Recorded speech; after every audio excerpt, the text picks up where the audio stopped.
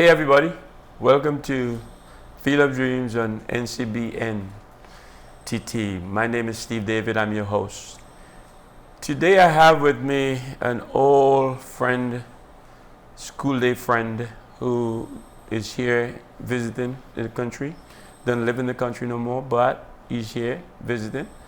And we want to talk to him about the rivalry with St. Benedicts College in Fatima. And there was a game on Wednesday, which is tomorrow.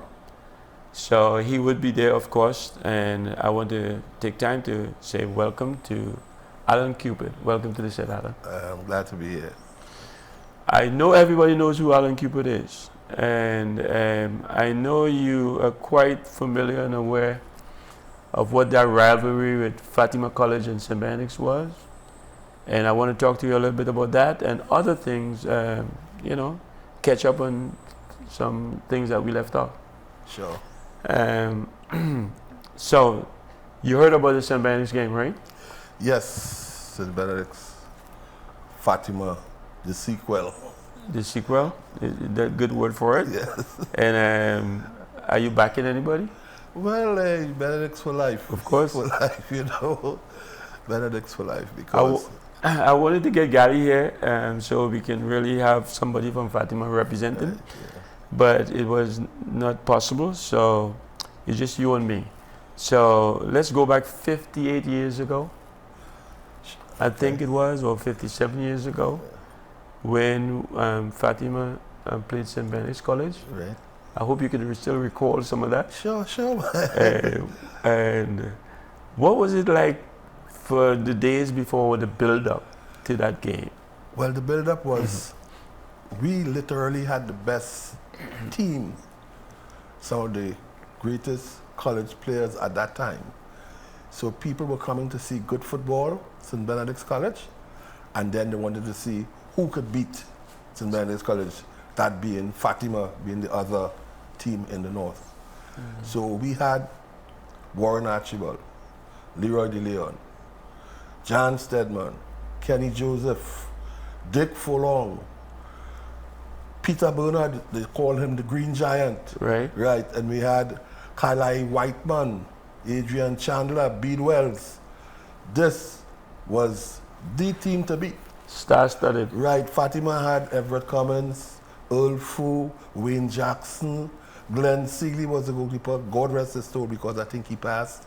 And they had Bourne, Gibbons, Roger Dupre, Earl Fu. So this was the game. So it was the whole of North versus the whole of South, plus people come to see this brand for bragging rights. And that was it.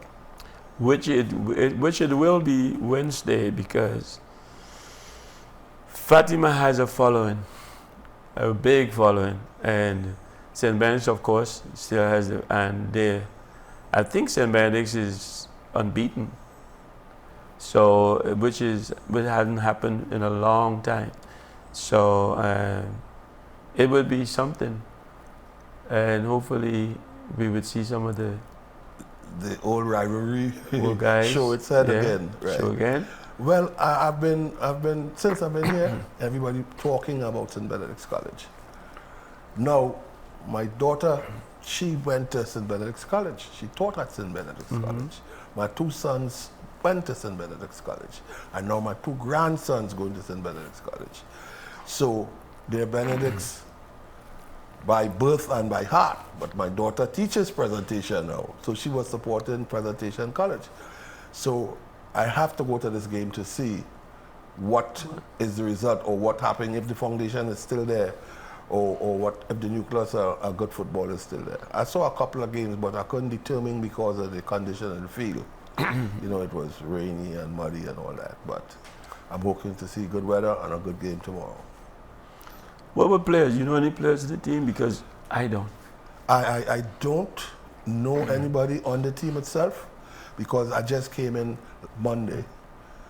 And it was just now for now, So Reggie Renrick, who used to be our form master and sports master at the time. He asked me to do this, so I have to do this just for the Benedicts tradition, you know, to go and make sure that I see or say something. I tried going into the school at one time, but because of the restrictions that they had and COVID was just about to come, so I just didn't go. But I'm hoping for a good game, and I hope that the result will be the same. Yeah, your expectations. You hope what? 4-0. Well, the way they scoring, this is a prolific goal scoring team, and they beat St. Augustine 14-1. And I was looking at the game Thursday at your place down in Point. And when I got there, the score was 4-0 half time. So, I mean, at this game, they have the tradition, score goals. Like Bruno said, you score one and they're still fighting. You score two, they score three, and then you demoralize them. So then it was goals galore, really. And that is what you were, a prolific goal scorer, Steve David. I can't be counted into that greatness that you guys have, even though I get mixed in there but I really played junior and senior grade at the time, and I could even get close to the championship team. Well, that is how good, but we had 3 levels, you know. We had the junior, the senior grade, and the championship team. The reason why we had such a good finishing, because we had a farm system. We didn't go and get players from anywhere. It came through St. Benedict's farm system. The juniors, the championship, senior, and the senior grade, you know. So once we left, players from the college itself filled that void. And that is how you came about. Leo Brewster, Cleveland Leonard died. I mean, God rest his soul. Lawrence Rondon, same thing. Keith Reno, Shoes Allen, all these guys were from that era that really carried the tradition on. Benedict's win and Benedict's success. So what you remember for the week before that game, or we didn't get to the game yet, it was just the build up to the game.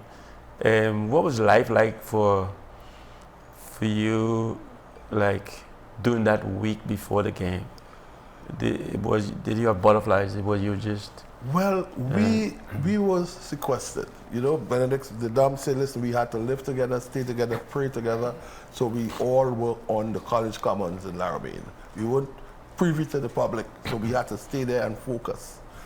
We practiced upstairs the commons. It was big enough for us to practice up there. Right. We would go to the school to have lunch. We fixed our own breakfast. So the butterflies was out because we won't focus on Fatima, we were focused on us. You see, so being in that mindset, nothing could have really come in between us and winning. Because the dam always said, like, football was our way of life and was our way to be heard in Trinidad. He said that, and that is how we took it seriously. We had to, like, focus. There was no let up. There's no slacking. You know, we had to just play ball, focus, win. That was it. So that was just like another game then. It wasn't like we coming up with this big rivalry game. And Fatima was really the rival, or it was? Fatima was really the best team apart from St. Benedict's in the north.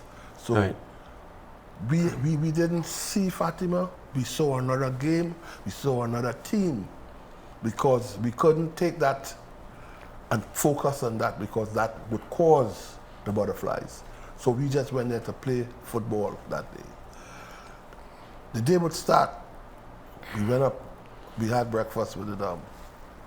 After, he would come in and he would speak to you individually and have you focused, have you pumped. When you come out there, man, you can't see nothing else but green.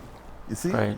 So we were well focused because we had all that exposure on the I could say international level, because we had toured before. You know, we went to Martinique and other places. So the big stage was the norm for us, you know.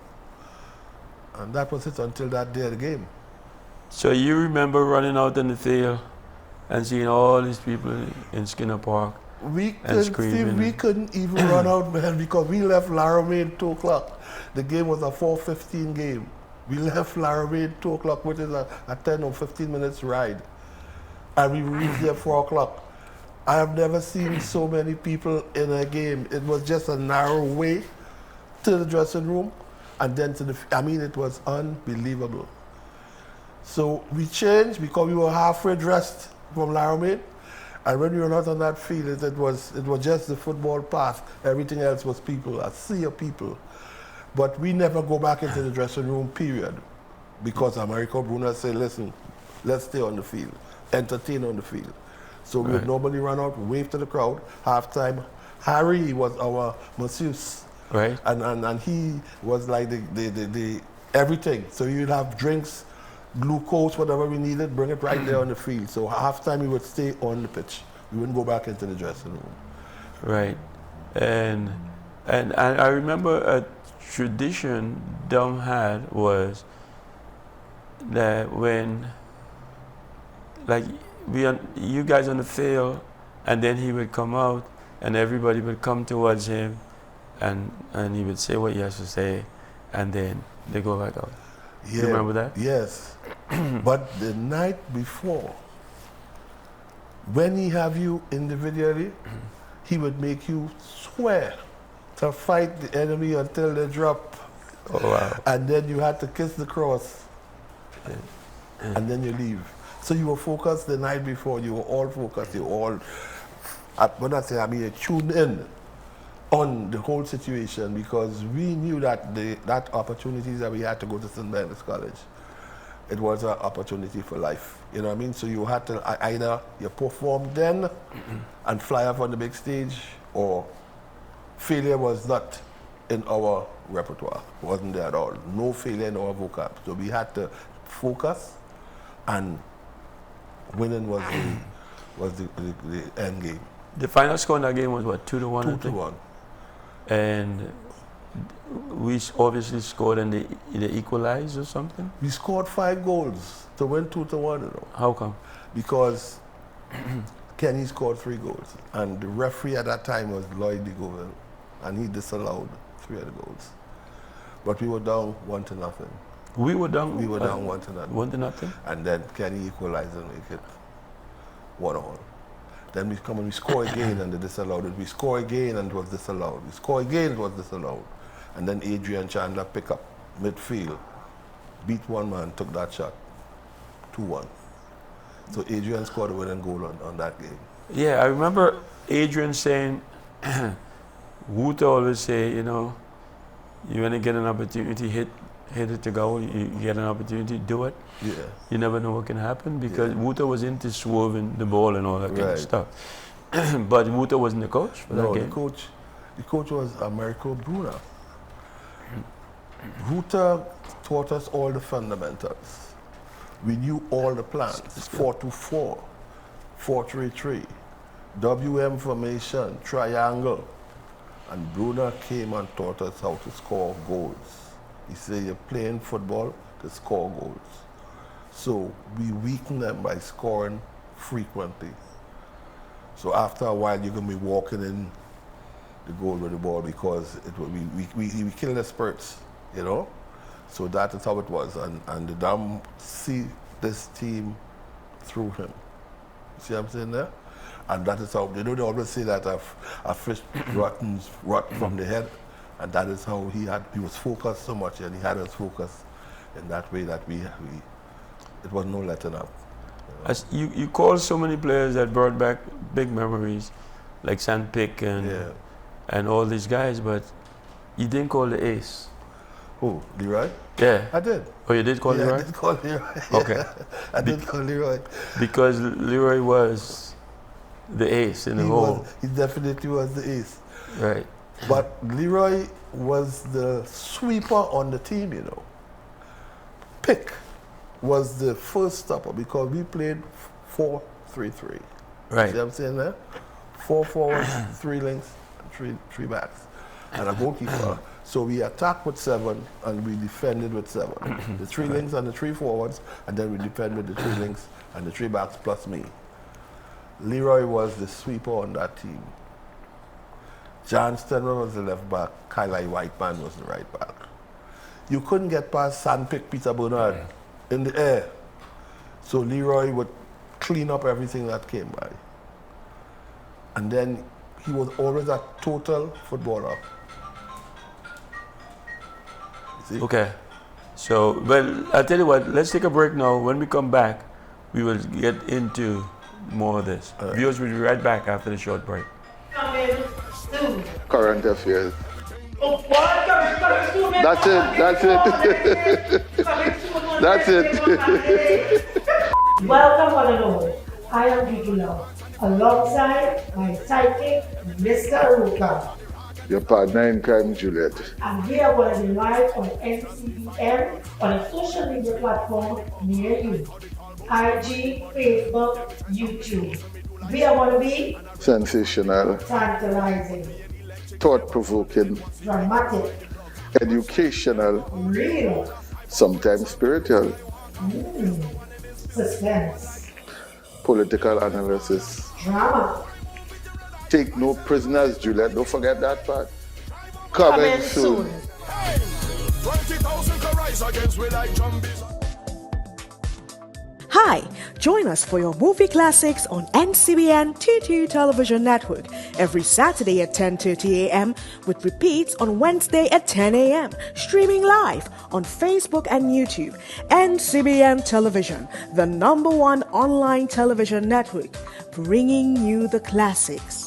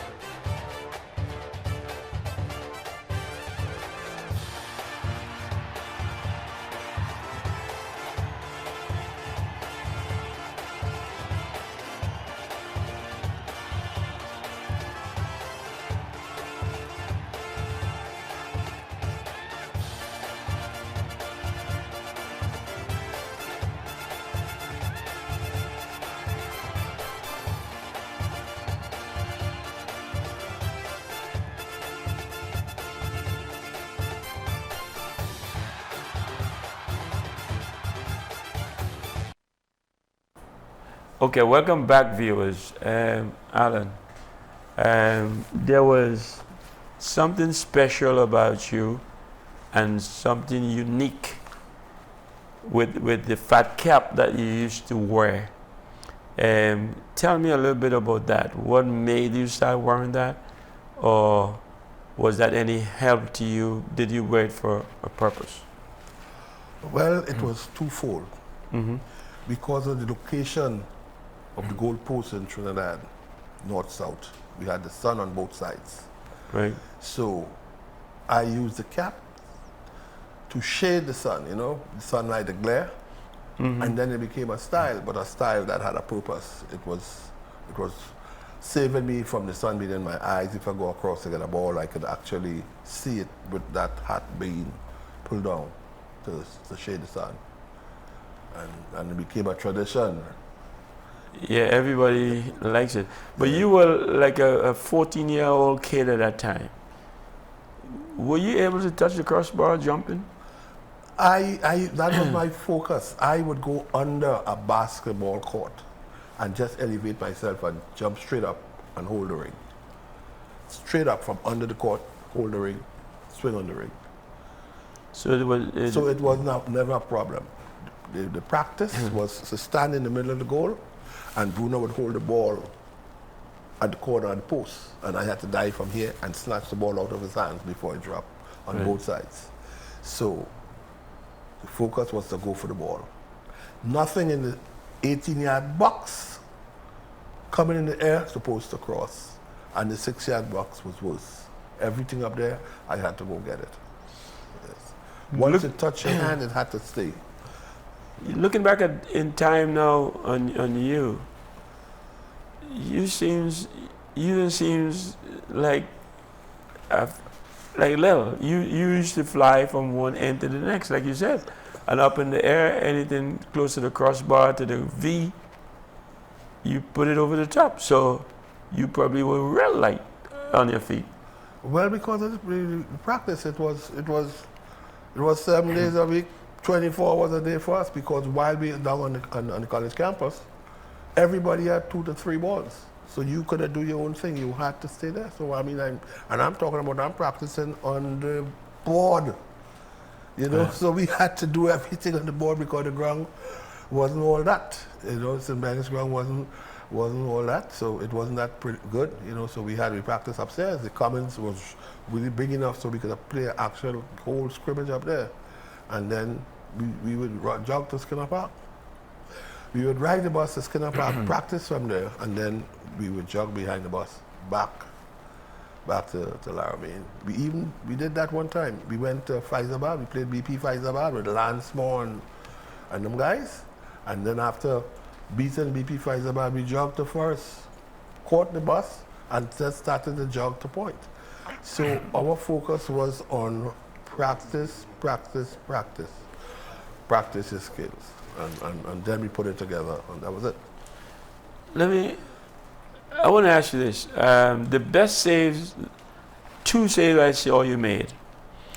Again, one with a young Babsy Daniel team, when you dive and tip a ball over the crossbar that was, to me, right in the V, the goal. And the second one was the ball bouncing going into the goal, you on this side of the ball, and the goal there, and the ball bouncing going. I said, well, goal. And you dive forward towards the goal. Put your hand on the ball and throw it back. You can't remember that, I know you can't. This is on the Commons, down in Laramie. And I thought, wow, I didn't even think about that, because I said, there's no chance the ball going in the goal for sure. And you throw it back. Blindly throw it back. Luckily, the defenders clear it out, but those are the 2 best saves I saw you make. What is your best save that you think you've made? Or can you remember any? I'm focusing on the same game. This was a practice session. Yeah. And the junior team was playing the championship team. It was you, Leo Brewster, Leonard, and all these guys. But anytime, the closer you go to the sideline, or the corner line, I should say, the goalpost line, I would leave the angle and step off, because you can't score on me from that angle. Mm-hmm. So I would step off, because the only thing you're going to do is to cross the ball. So I would step to get that cross. But somehow that ball swerved and caught me here. Expecting the cross, I was going first post. Mm-hmm. And that was adrenaline took me there, and to make that save. Another one I used to do, if you come on a ball, I would come skating feet first and then drag the ball after.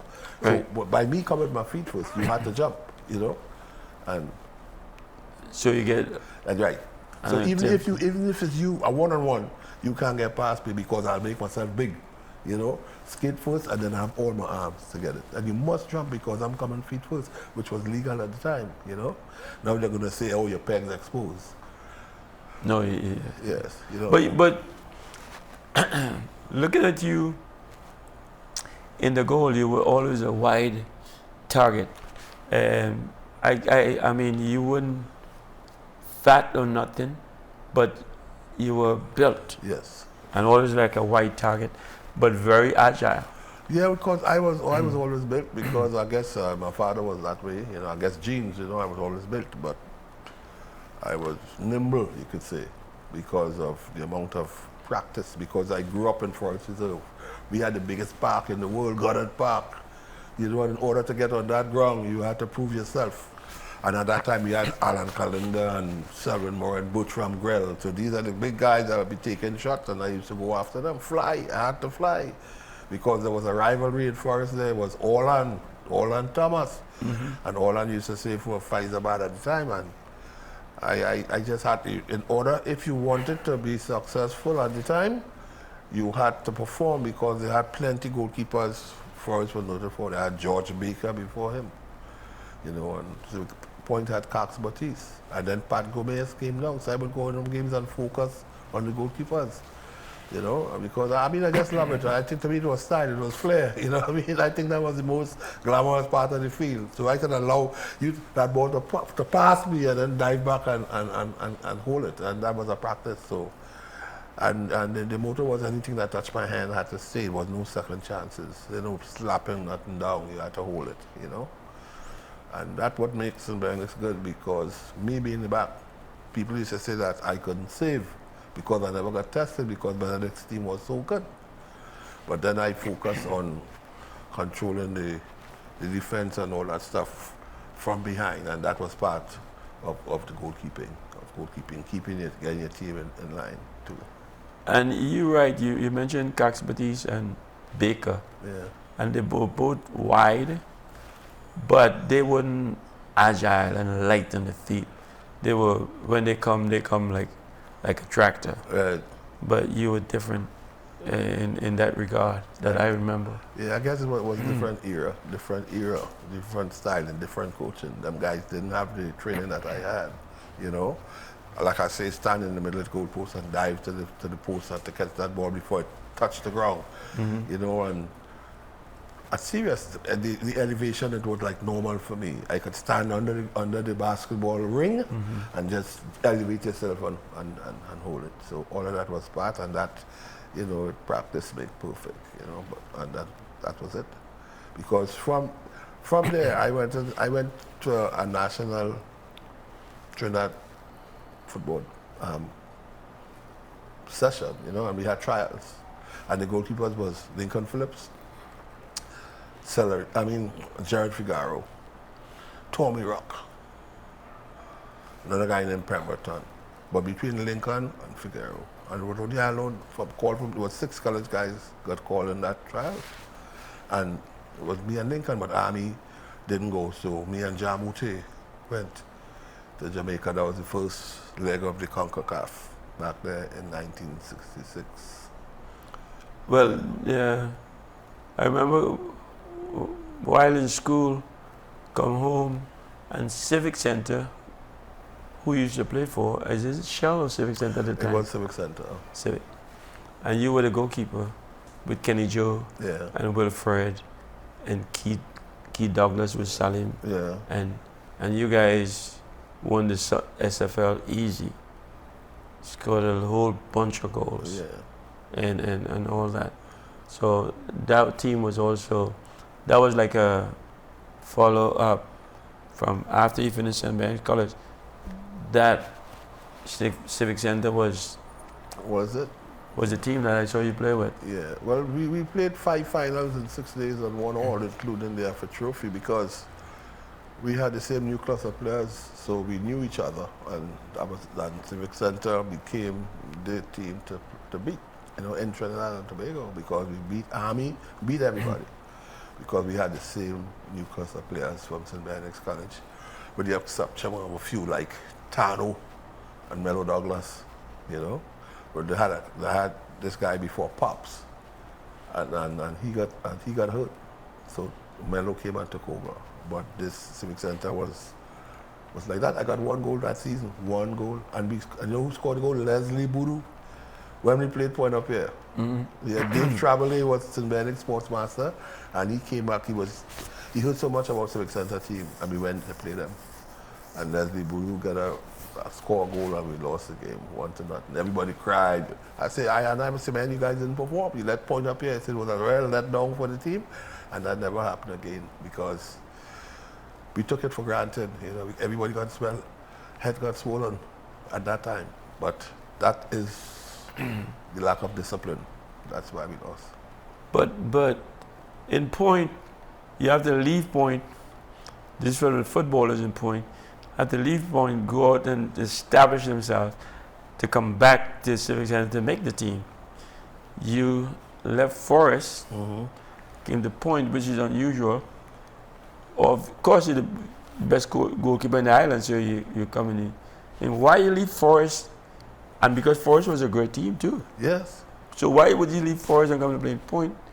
Is it because of the guys from school, from Yes, college? because of the brought you guys there? from school, yeah, because of Benedicts. Because there was nobody on Forest team that went to St. Benedict's College. There was Neville Grell, Right. but Neville, he was the senior grade captain at your time, but Forest team wasn't as glamorous, and Shell or Civic Center wasn't, because I was at home with the players. And then I was replacing Cox Baptiste, Pat Gomez, you know, and because, well, they had a goalkeeper named Millet, but I never Dennis really Millet, liked, yeah. right. And then there was Hawkadock. I don't know his right name, Yeah, but yeah. everybody called him Hawkadock. But the mere idea that I'm going over there to step into Cox Baptiste's shoes, and Pat Gomez at the time, because Pat was the national goalkeeper, you know. And Pat never had to make no flamboyant save because he knew all the angles. He was right there in position. So, I mean, all these guys that I emulated, and it was everything mixed up into one, and that was it, you know. And then being at that time, making a national team and going on tour. I mean, with Lincoln, Alvin Cornell, and all them top guys. I mean, that was phenomenal for me. It was. And then from that game, from going on tour, that is when I got discovered. When St. Benedict's played Tuna in Skinner Park. And it was Tuna and me, and we lost that game 1-0, 30 seconds to go. And Yeah, I don't remember that. yeah, that we played there. And because from that tour of Jamaica, Archie, Everett, Leroy, John, they got their contracts to go. So they came back to take a look at me and Kenny, and that was the game. We played Tuna in Skinner Park. And that team had Caravetti, Luis Carlos Freitas. He acted as young Pele, and that team was star-studded with youths too. And from then, that was it. That is when I got the contract and went to play with the Baltimore Bays. And Kenny and I went to Baltimore. Everyone went to Atlanta, and Archie Dilly and John went to New York Generals. Oh, so you and KJ broke off to a different team? Yes. To Jan, Archie, and Leroy. Right. Everyone went south to Atlanta. We came up north to Baltimore, and Archie and they went to New York Generals.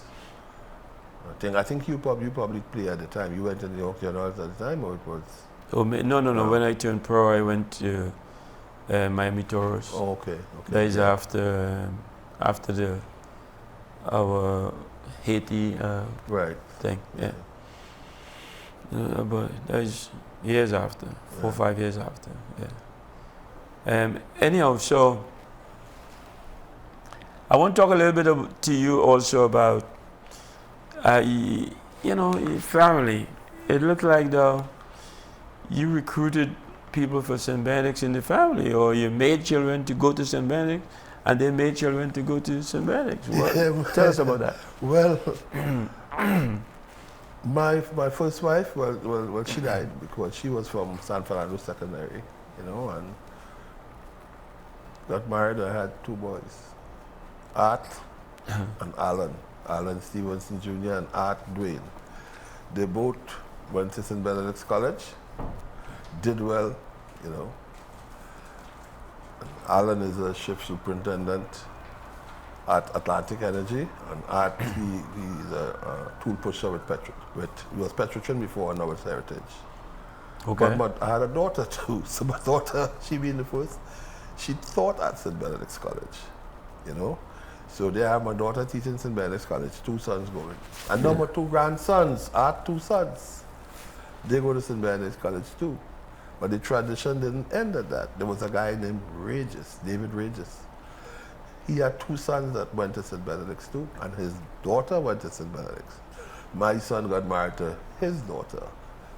Her 2 sons, which are my 2 grandsons, go to St. Benedict's now. So it was a legacy of Cupid and Regis with St. Benedict's College. Good. Let's take a break. When we come back, though, we get a little more deeper into that, and and talk some other things about the game coming up. Viewers will be right back after the short break. Coming soon. Current affairs. Oh, what? Coming soon. That's it. That's it. Welcome, one and all. I am Gigi Love, alongside my sidekick, Mr. Ruka. Your partner in crime, Juliet. And we are going to be live on NCBN on a social media platform near you. IG, Facebook, YouTube. We are going to be Sensational, tantalizing, thought-provoking, dramatic, educational, real, sometimes spiritual, suspense, political analysis. drama. Take no prisoners, Juliet. Don't forget that part. Coming soon. 20,000 can rise against we like zombies on Juve morning.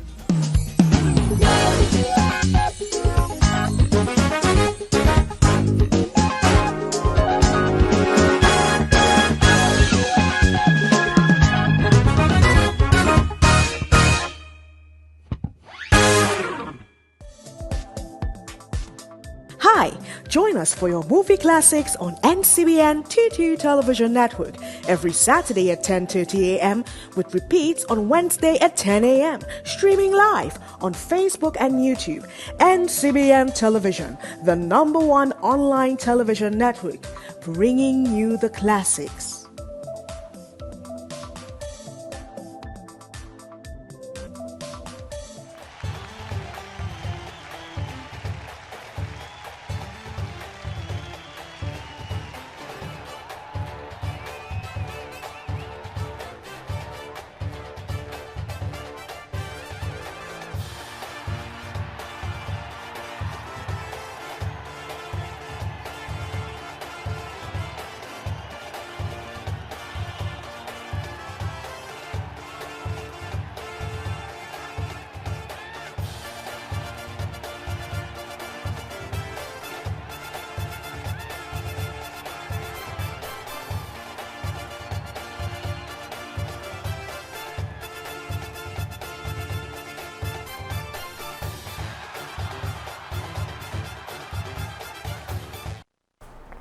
Okay, welcome back, viewers. So, Alan, so we were talking about all these kids and grandkids that you have that go to St. Benedicts.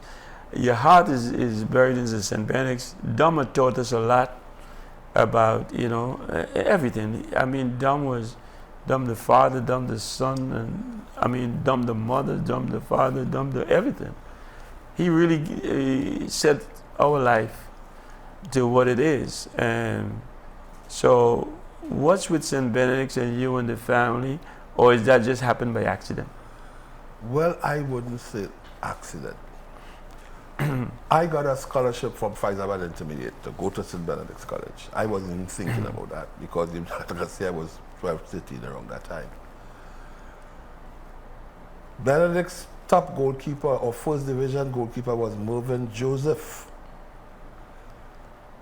He was the second best in the island, period, because it was Lincoln in the north and Mervyn in the south. And Mervyn was leaving. So once I get to St. Benedict's College, that was it. I had a guideline. I had shoes to fill, footsteps to follow. So after all that, when I got married, and I had my first child was a girl, so I named her Alana, which was an unusual name, And then I had my son, Alan, and then another son, Art. They all passed common entrance and they did well, They went to St. Benedict's College. So the tradition continued there.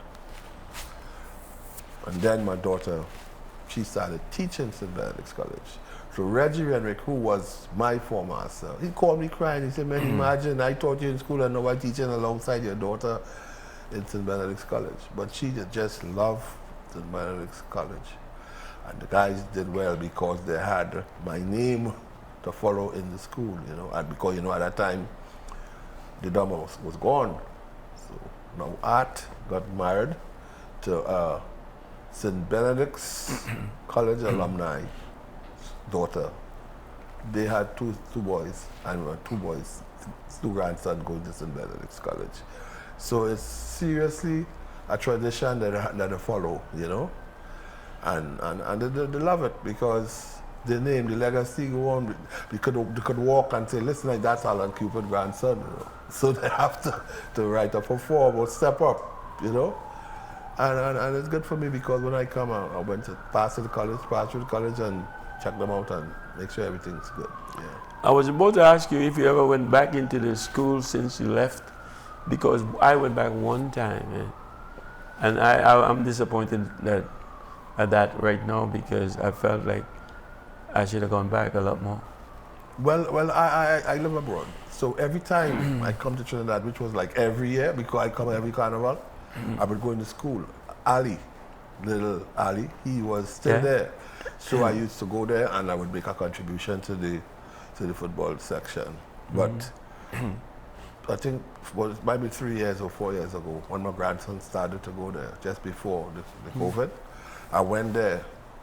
The security guard let me get in. I went to the school administration and I showed the guy my ID and tell him, listen, this is Alan Cupid. I was here before. My daughter teaches here. And the guy wouldn't let me, and he wouldn't let me. He was supposed to let my grandson come and say, listen, yeah, that's my grandfather, come out and talk, man. And he was giving me a whole set of rigmarole story so I just left, you know, and that was it. So the sports master get to find out, so he called me and asked me to come back. But at that time I'd already left. So it wasn't a good reception because the people at that time in charge didn't go to St. Benedict's College and they didn't know the history of St. Benedict's College. Otherwise it would have been a different story. Even the people, when after Dom left, the people right after Dom, like Keynes and others, they wanted to wipe the Dom name out of that school for whatever reason. That's how I felt because it wasn't the same. You're right 100% because Keynes always challenged the footballers in the college because he felt that we had more privilege than him. But we were making the college because at that time they weren't government assisted.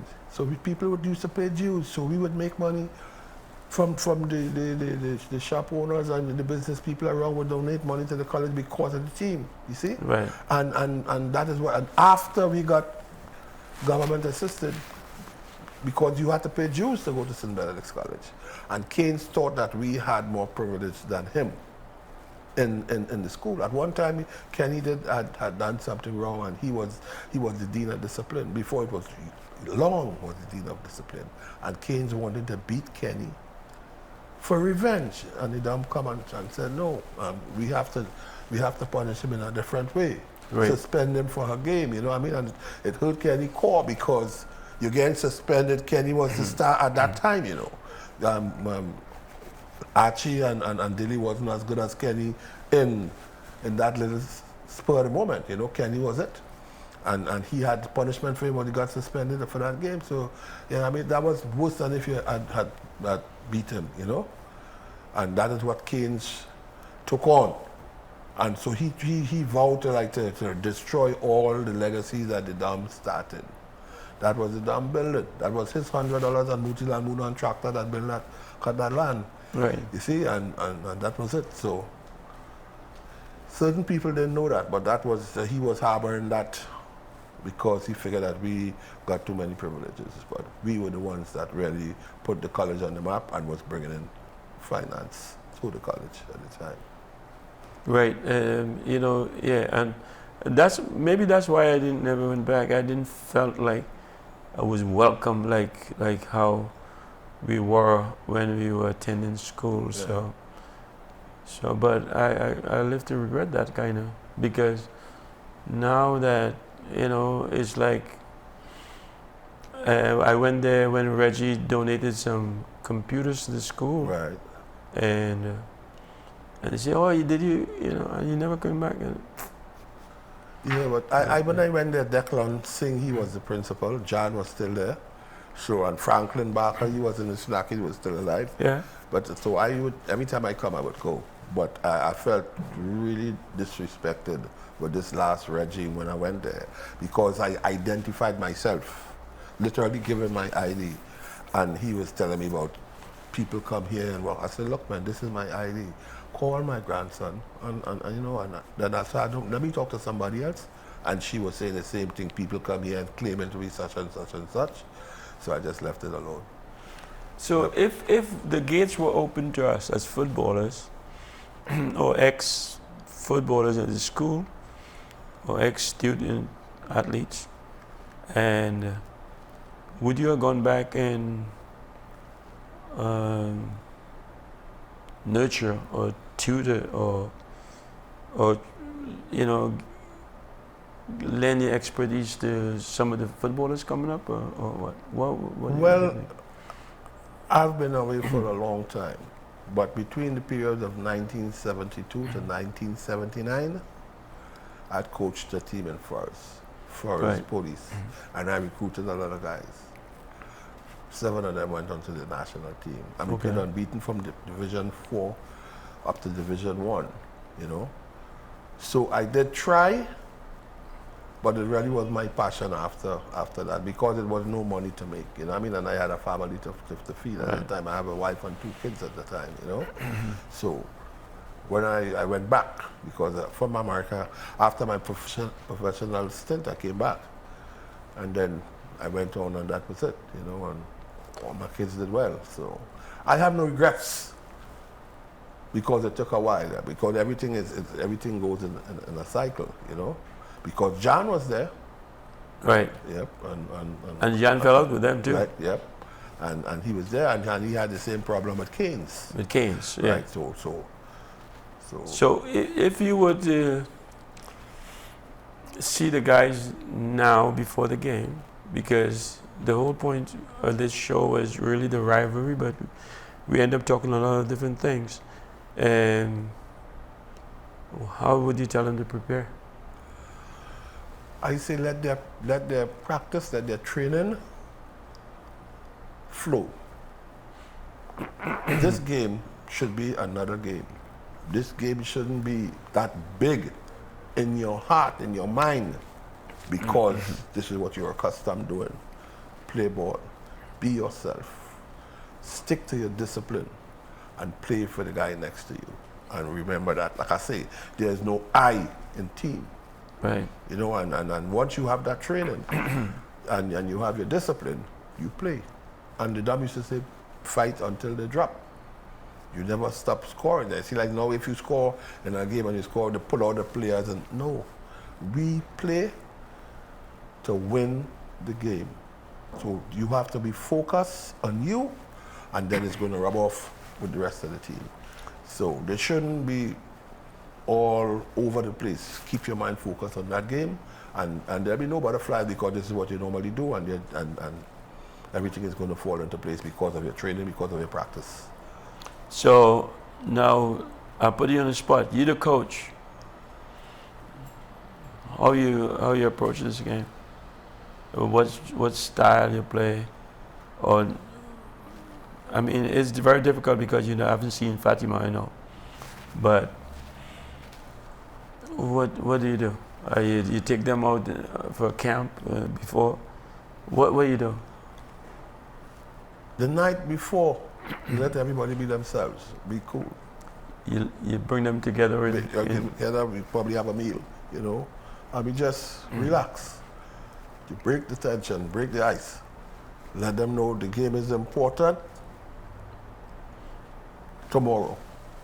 See what I'm saying? That tomorrow. Right. Relax, get your mind in the right frame, and then after that, tomorrow you get focused from jump.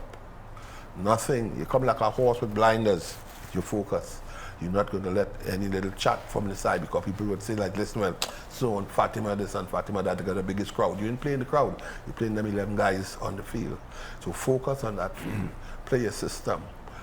If you see stuff that is not working for you on the field, you should have a captain, or you should be focused enough to make the changes on the field. You see, because I remember we played a game and Charlie Spooner from Army, Laga couldn't get a wrong army that Archie. So he switched and bring somebody else. So they have to be able to make changes on the field within their system and stay focused. So you wouldn't, talk to them about the rivalry that existed in the past, and maybe I don't even think they know about the rivalry. But would you, as a person who went through this 50-something years ago, would you kind of talk about that, or? Yeah, but even if I would tell them what we've been through and how it was for us there and then. But I don't think these guys know. Fatima people, Everett or Fu, some of them guys supposed to let them know about that rivalry, but I don't think they know that far back. You see what I'm saying? Because I mean we didn't have video, we didn't have TV like it was, so that you could actually go back and pull up a tape and see a game. It was in people's memory. You see, like we're doing this show now. Time has changed. They could actually see that, but we couldn't do that at that time. So it was still photos, and everything was in your heart or in your memory. So even the ball changed, football changed. There are no shots. You can't know if a goalkeeper good or not because I ain't seen no shots. I ain't seen no saves. I seen the goalkeeper. He can't touch the ball if you pass it back to him. No, you can't. Long before that ball must come outside the 18-yard box before you could touch it. Now you pass it right there, and everything changed. You know what I mean? They had a 4-step rule. You cannot carry that ball as a goalkeeper for 4 steps. You had to bounce it for 1, and then you had 4 steps to get rid of the ball. Now they're taking it and they run. Right, football changed. I see them taking a ball from way back here and going back to the goalkeeper. For what? And you're right in front of the goal. So we had that. Our system was total football. Score goals. We beat a team 21-0. Did you know that? And the guy, when Benedicts beat St. Augustine 14-1, the guy was saying that's the most amount of goals. No. Yeah. And this game is a game in history because it was an FA game. We played Asja and beat Asja 21-0 in 60 minutes, Steve. Right. You scored that game. I know. Everybody in the team. I scored too. You got a penalty. A penalty, yeah. So everybody in this team scored. Yep. So, I mean, like, what you envision, or what would you like to see on this game coming up tomorrow night? I want to see Benedicts beat Fatima like I got to do it because, hey, this rivalry here is going to linger just like it did for us back then. It's back here now. So they have to win this game. They have to win this game because it's in Benedicts College. We don't lose. And we don't lose. But the one thing and I don't know if it's out of college football or not, but weeks before we've developed different chants, right? Right. And you sing it in the bus going, you sing it at the game, the people in the stands sing it. I don't know if that still happens. Well, I haven't been to a game, but I knew it used to happen. Right. And we had that. Plus, Benedicts had a band. Right. And our band had guys that could blow bugle and trumpet. We had Iron Men. At one time they said no iron in Skinner Park. Them guys buy sandwich loaf, stuff the sandwich loaf with the iron and we in the stand right through. The supporters play a great part in that too because we didn't want to let down South, especially La Romaine, that little village right there. But you didn't force it. It's yourself and your family, you know what I mean? And you had to. I remember I played a game. We played St. Mary's and we lost 2-1 St. Mary's, but it wasn't an intercall. And you know what the headline? Cupid fails St. Benedicts. That was the headline the Monday. Serious, you know? And I said that would never happen again. It wasn't fair, but that is how it was. But the two commentators that they had at that time, it was Hollis Chinky Fat and Rafi Knowles, you know? So Helsinki Fat was Benedict, Rapping Holes was anybody else but Benedicts. But then good football quashed that. we met all of that stuff because of the good football. So I tell them guys, listen, this I call it deja vu all over again. This is what's happening right now. What goes around comes around. So this Benedicts team, I've got to win. You got to play ball, got to focus. Like you said, Cupid feels romantic. Yes. No, it set me thinking. I never thought about it until right this minute. There's two people. They always say throw the game, either the forward Or the goalkeeper. Yes, sir. Yes, sir. You throw the game. I know, because the two, those like the two major positions. You give up a goal or you score a goal. Right. And it's strange. Yeah. But I'm hoping for the best for St. Benedict's College tomorrow. I am too. Because we had some good teams in between then and now. So this is good that now they're back up on top of the totem pole, and and we hope for the best. But going back a step, after that, I read an article where they say Cupid stood between victory and defeat for St. Benedict's College after that, especially that 2-1 game, and when we beat them after that. These guys have to stay focused and know that their training and the foundation is going to kick in the play as long as they stay and be themselves and play and don't overextend themselves and that causes mistakes. So just play the game like a normal game. And the goals would come into play and because this team looked like they could score goals because the closest rivalry in San Fernando gives presentation 5, so that's it. I don't know the coach. I don't know the coach. Yeah. Okay, Alan, we come to the end. It's been fun sitting and talking to you for a little bit. I know you just came back in from the U.S. and you have a few days with the family. Yeah. Have fun. Thank you for being here. I appreciate you so much, bud. And I wish you all the best. Thank you, Steve. Thanks for the exposure, man. And you're doing a hell of a job, because this is bringing back memories and bringing the players that wouldn't have been recognized had it not been for you and your program. So look, man, God bless. You're welcome. Yes, bud. Thanks. NCBN, thank you for giving us the opportunity. Viewers, thank you for tuning in every Tuesday night at 8. And you can always check us out on Facebook. We do have an email address, fieldofdreamtt@gmail.com, where you can drop us a line. This show is ended. Go in peace. I'm Steve David. Good night.